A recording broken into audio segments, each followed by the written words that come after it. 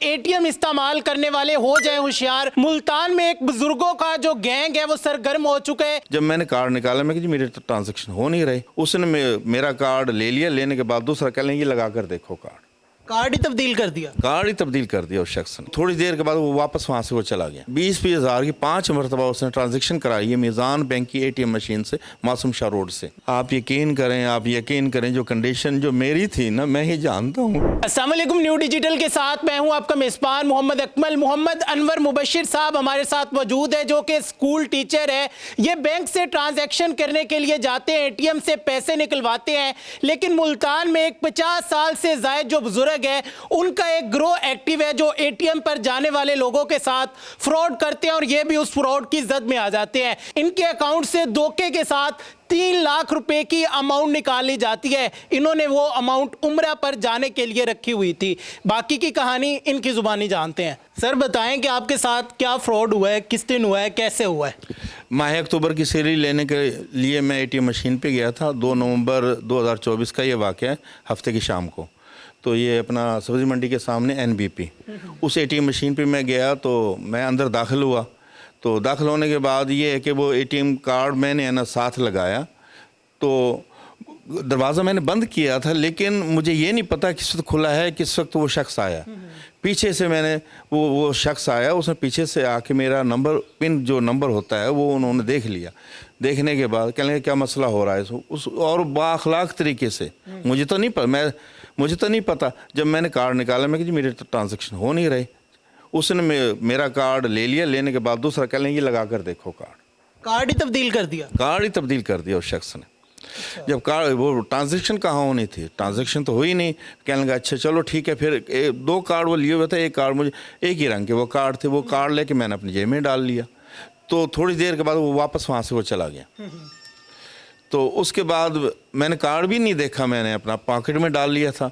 डालने के बाद फिर मैं घर आ गया। घर आने के बाद वो मेरे मोबाइल की बैटरी डाउन हुई तो मैंने उस पर लगा दिया, वाइब्रेशन पे लगाने के बाद। तो फिर रात को 20-20 हज़ार की 5 मरतबा उसने ट्रांजैक्शन कराई है मीज़ान बैंक की एटीएम मशीन से, मासूम शाह रोड से।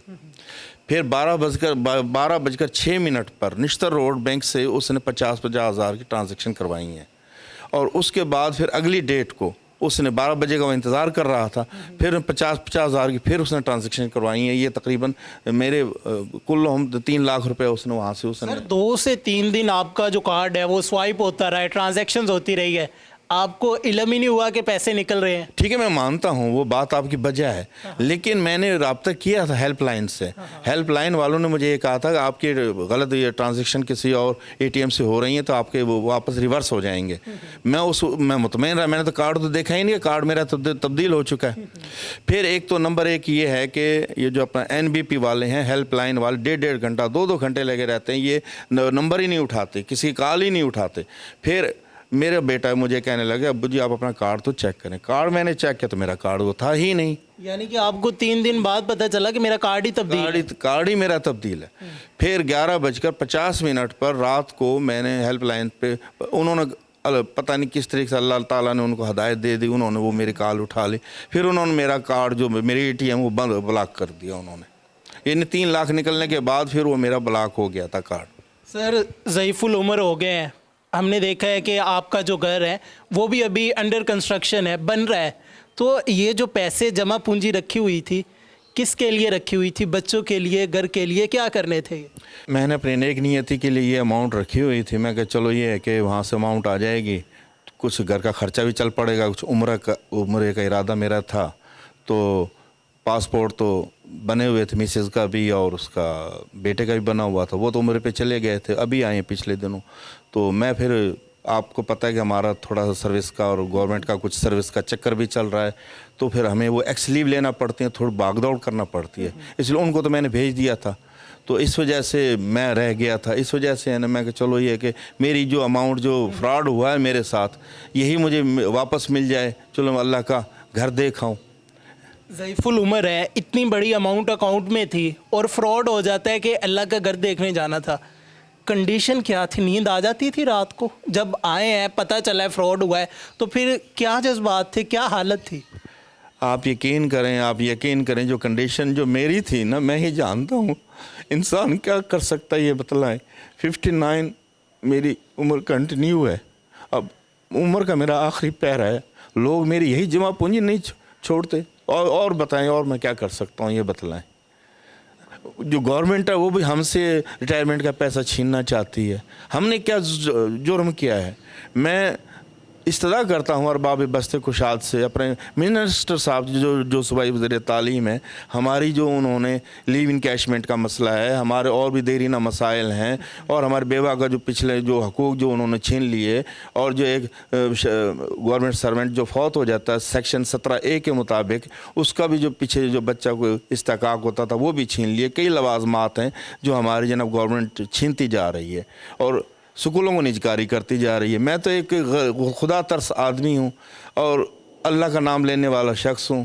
اللہ تعالیٰ ارباب بست کشاد کو ہدایت دے اور میری ہے نا یہ جمع پونجی کسی طریقے سے واپس لوٹائی جائے. ابھی آپ بینک والوں کے پاس گئے ہیں، انہوں نے کیسا کوآپریٹ کیا ہے، کیا کہا ہے؟ CCTV فوٹیج وغیرہ جو ہے آپ کو مل گئی ہے، ریکارڈ مل گیا؟